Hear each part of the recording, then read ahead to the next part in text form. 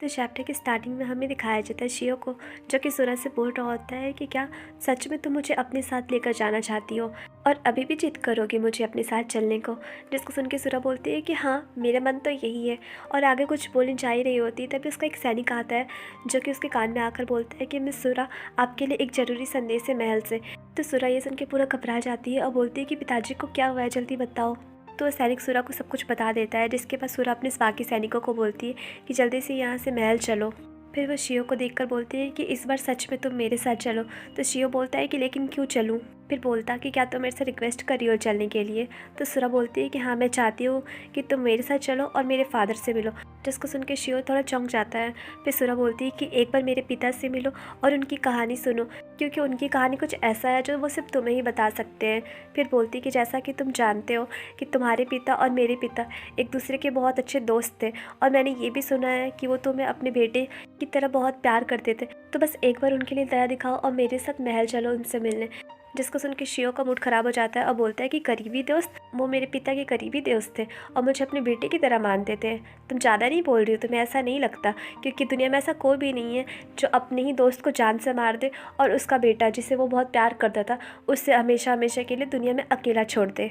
जिसको सुन के सुरा पूरा चौंक जाती है। फिर शियो आगे बोलता है, तुम्हारे पिता मेरे दुश्मन है, जिन्होंने मेरे माता पिता को बड़ी बेरहमी से मार दिया। उसके बाद उसे गुस्सा आने लगता है और वो चिल्लाकर बोलता है कि तुम्हारा दया मांगने का हिम्मत कैसे हुआ, तुम कितनी बेशर्म हो, अपने पिता की सारी करतूत को जानकर भी यहाँ मुझसे दया मांग रही हो और मेरे माता पिता के कातिल से मिलने के लिए बोल रही हो।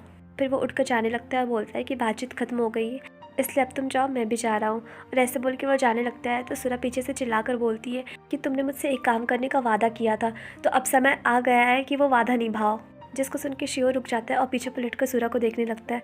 तो सुरा बोलती है कि तुम्हारा वादा यही है कि तुम मेरे पिता से जाकर मिलो, और मेरे पिता और पहले वाले जो लीडर था उसके बीच में कुछ ऐसा है जिसके बारे में हम लोग नहीं जानते हैं, उसके बारे में तुम पता लगाओ। फिर बोलती कि क्या तुम्हें पता है मेरे पिता कब से ऐसे अजीब व्यवहार कर रहे हैं। फिर बोलती कि मेरे पिता जब व्हाइट फॉक्स ट्राइब में गए थे तो वहाँ तुम्हारे पिता के द्वारा छोड़ी गई एक लेटर मिली, जिसको पढ़ने के बाद ही वो ऐसे अजीब व्यवहार कर रहे हैं। और उस लेटर में कुछ तो ऐसा था जो मेरे पिता इतने अजीब हो गए, नहीं तो उससे पहले तो मेरे पिता बहुत ही अच्छे थे। फिर बोलती कि मेरे पिता ने मुझे कभी नहीं बताया कि असल में हुआ क्या था और उस लेटर में क्या था, इसलिए मुझे कोई भी सच नहीं पता है। फिर बोलती कि मुझे यकीन है कि तुम भी जानना चाहोगे कि आखिर मेरे पिता और तुम्हारे पिता के बीच में ऐसा क्या हुआ था जिसकी वजह से इतना कुछ हो गया, और इस लेटर के बारे में तो तुम भी जानना चाहोगे। इसलिए प्लीज़ एक बार तुम मेरे पिता से मिलकर बातचीत कर लो, और तुम्हें जो बोलना होगा उन्हें बोल सकते हो, लेकिन प्लीज़ एक बार सुन लो और मेरे साथ चलो। जिसको सुन के शियो कुछ कुछ सोचने लग जाता है। उसके बाद सीन शिफ्ट होता है और हमें दिखाया जाता है मुजिन को, जो कि अपने बिस्तर में होता है, लेकिन हालत उसका अभी भी वैसे ही ख़राब होता है और वो कांपते कांपते सिर्फ योन का नाम पुकारता है। तभी वहाँ पे सुरा और शियो आता है। उसके बाद शियो मुजिन के पास जाता है तो मुजिन उससे देखकर सोचता है कि आखिर ये कौन है। तभी शियो अपना हैट उतारता है, जिसको देख के मुजिन पूरा शॉक्ड हो जाता है और मुजिन को ऐसा फील हो रहा था जैसे उसके सामने योन खड़ा है, जिसको देख के वो पूरी तरह से शॉक्ड हो चुका था और बोलता है कि योन, क्या ये तुम हो? फिर वो अपने बेड में उठकर बोलता है कि योन, आखिरकार तुम आ ही गए। मुझे पता था कि एक ना एक दिन तुम आ ही जाओगे और मुझे छोड़कर तुम कभी कहीं नहीं जाओगे। उसके बाद वो शियो को पकड़ कर रोने लगता है और बोलता है कि योन, मैंने तुम्हारी गद्दी तुम्हारे लिए संभाल कर रखी है, तुम जब चाहो तब सिंहासन में बैठ सकते हो और मैं तुम्हें सिंहासन में बैठने में मदद करूंगा और बाकी सारे कामों में भी मदद करूंगा, और हम लोग पहले की तरह साथ साथ रहेंगे। तो चलो अब हम लोग अपने सपने को साकार करते हैं मिलकर। जिसको सुन के शियो को बहुत गुस्सा आता है और वो उसका हाथ झटक कर बोलता है कि बकवास बंद करो, तुमने व्हाइट फॉक्स ट्राइब के राजा को बहुत पहले ही मार दिया है। जिसको सुन के मुझे पूरा घबराने लगता है और डर भी जाता है। फिर शियो गुस्से में आगे बोलता कि तुम सिंहासन के लालच में इतने अंधे हो गए थे कि तुम किसी को भी सामने पहचाने नहीं और राजद्रोह स्टार्ट कर दिया, और फिर उसी राजा का सर काट दिया जो कि तुम्हारा दोस्त था। और वो राजा पहले से असहाय था क्योंकि उसने अपने बेटे को बचाने के लिए अपनी सभी जादुई शक्तियों को अपने बेटे को दे दिया था, और उनके पास एक भी जादुई शक्ति नहीं बाकी थी कि वो किसी का मुकाबला कर सके। और इस सिचुएशन का फ़ायदा उठाकर तुमने उन्हें बुरी तरह से मार दिया, और अभी तुम मेरे पिता का अपने मुंह से नाम लेने का हिम्मत कर रहे हो। जिसको सुन के मुझे पूरा घबराने लगता है और पूछता है कि योन, तुम किस बारे में बात कर रहे हो और मैंने कब तुम्हें मारा। और ऐसे वो बोल ही रहा होता है तभी अचानक से उसे रियलाइज़ हो जाता है कि उसके सामने जो खड़ा है वो योन नहीं बल्कि उसका बेटा है। जिसके बाद वो पूरा परेशान हो जाता है और पूछता है कि योन, योन कहाँ है फिर। फिर बोलता है कि रुको, मैं अभी योन को ढूंढता हूँ, ज़रूर यहीं कहीं होगा। और वो योन योन बोल के कहीं जा ही रहा होता है, तभी अचानक से उसके दिमाग में जोर पड़ता है और पास्ट का सारा मोमेंट याद आता है कि किस तरह से उसने योन की जान ले ली, जिसको याद करके वो पूरा शॉक्ड हो जाता है और उसकी आंखों से आंसू निकलने लगते हैं और वो पागल के जैसा चिल्लाने लगता है और बोलता है कि नहीं नहीं, ऐसा नहीं हो सकता, मैंने योन को नहीं मारा है, मुझे विश्वास ही नहीं है कि मैं अपने योन को मार सकता हूँ, नहीं, मैं कभी नहीं उसे मार सकता। जिसको सुन के शिहो भी पूरा शॉक्ड हो गया था कि ये किस हालत में पहुँच गया है। और इधर मुजिन अभी भी चिल्लाकर बोल रहा होता है कि नहीं नहीं, मेरा योन नहीं मर सकता, वो पक्का कहीं ना कहीं होगा। जिसको सुन के महल के सारे लोग चौंक जाते हैं। जिसके बाद एक सैनिक सुरा के पास आकर बोलता है, मिस सुरा, हमारे राजा। और आगे कुछ बोलने जा ही रहा होता है तो सुरा बोलती है कि जहाँ है वहीं रहो, जल्दी ही ये हंगामा शांत हो जाएगा। और इधर दिखाया जाता है मुजिन को, जो अभी भी योन योन पुकार रहा होता है और पागल जैसा हरकत कर रहा होता है और वो एक्सेप्ट करने को तैयार ही नहीं था कि वो खुद अपने दोस्त को मार दिया है। जिसको देख के शिहो भी पूरा शॉक्ड हो जाता है और सोचता है कि इसे देखने के बाद यकीन ही नहीं हो रहा है कि ये वही बुरा आदमी है जिसने मेरे माता पिता को इतनी बुरी तरह से मार दिया। अब ये भयानक आदमी गया कहाँ आखिर, और इस तरह से पागल जैसा क्यों रो रहा है, इसे अभी भी तो लड़ना चाहिए ना। और ऐसे सोचकर बोलता है कि तुम अपना ये घटिया रूप मुझे मत दिखाओ, बेहतर होगा कि तुम उसी ताकत के साथ मेरा सामना करो जैसा उस टाइम किया था और मेरे माता पिता को जान से मार दिया था। उसके बाद वो चिल्लाकर बोलता है कि अगर तुम्हें इतना ही पछतावा हो रहा है तो तुमने मेरे माता पिता की आखिर जान क्यों ली। जिसको सुन के मुझे रोने लगता है और बोलता है कि मुझे उस टाइम सच्चाई नहीं पता थी, क्योंकि योन मुझे कभी कुछ नहीं बताता था कि वो क्या सोचता है या महसूस करता है। उसके बाद बताता कि एक दिन जब मैं अपने बचपन वाले प्लेस में गया था तब मुझे वहाँ पे योन का लेटर मिला, जिसमें लिखा होता है कि मेरे प्यारे अच्छे दोस्त मुजिन, ये लेटर मैं तुम्हारे लिए लिख रहा हूँ और ये लेटर तुम्हें इसलिए लिख रहा हूँ क्योंकि मुझे लगता है कि मैं तुम्हें सामने सामने सच्चाई नहीं बता सकता और शायद मैं तुम्हें कभी भी सच्चाई ना बता पाऊँ।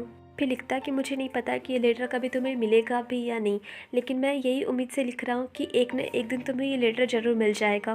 तब शायद तुम्हें ये लेटर पढ़ के समझ में आएगा कि मैं आखिर इंसानों के साथ क्यों युद्ध नहीं करना चाहता, जबकि हम लोग बचपन से उन्हें अपना शत्रु मानते हैं और उसे युद्ध करके उन्हें ख़त्म कर देना चाहते हैं और अपना कबीला को आज़ाद करना चाहते हैं। लेकिन मुझे कुछ ऐसा पता चला है जिसमें हम अपना सपना त्याग रहे हैं। फिर लेटर में आगे लिखता है कि मुजिन, तुम अच्छे से जानते होगे कि मैं भी अपने पुराने सपने को साकार करने के लिए पूरी तरह ईमानदार हूँ।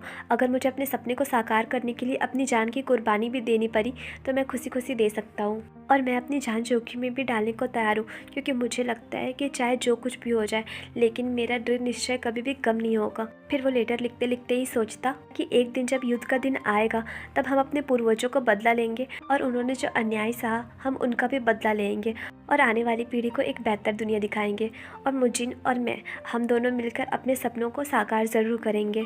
और ऐसा सोचकर वो दूसरा लेटर लिख रहा होता है तभी उसकी पत्नी वहाँ पे आ जाती है और बोलती है योन। तो योन बोलता है कि हाँ अरासा बोलो।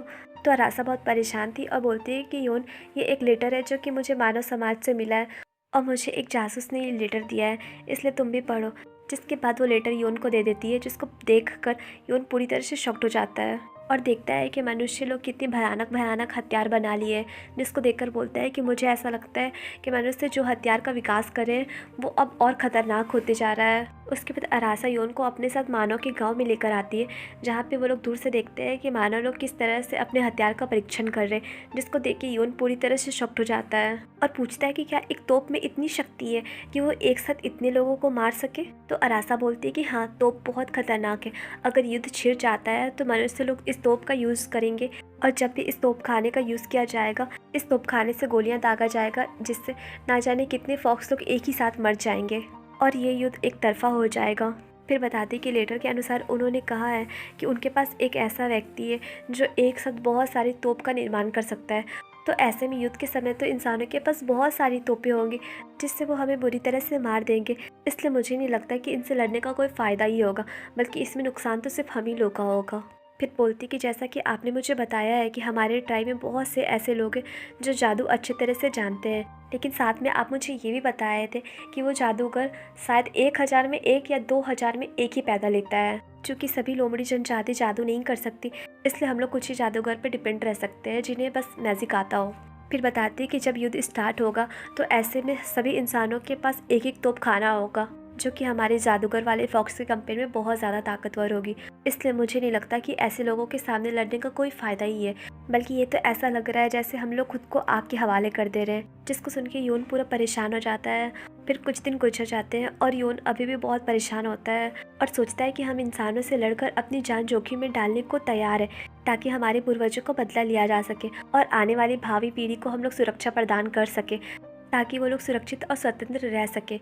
लेकिन क्या होगा अगर इस युद्ध के कारण हम वो घर भी खो दें जिसे बनाने में हमने इतनी मेहनत की है। तो गाइस, ये चैप्टर यहीं पे एंड हुआ और आप लोग मुझे कमेंट करके सब बताइएगा कि ये स्टोरी आप लोगों को कैसी लग रही है, और अगर अच्छी लग रही हो तो प्लीज़ वीडियो को लाइक शेयर एंड सब्सक्राइब कीजिए। Bye bye.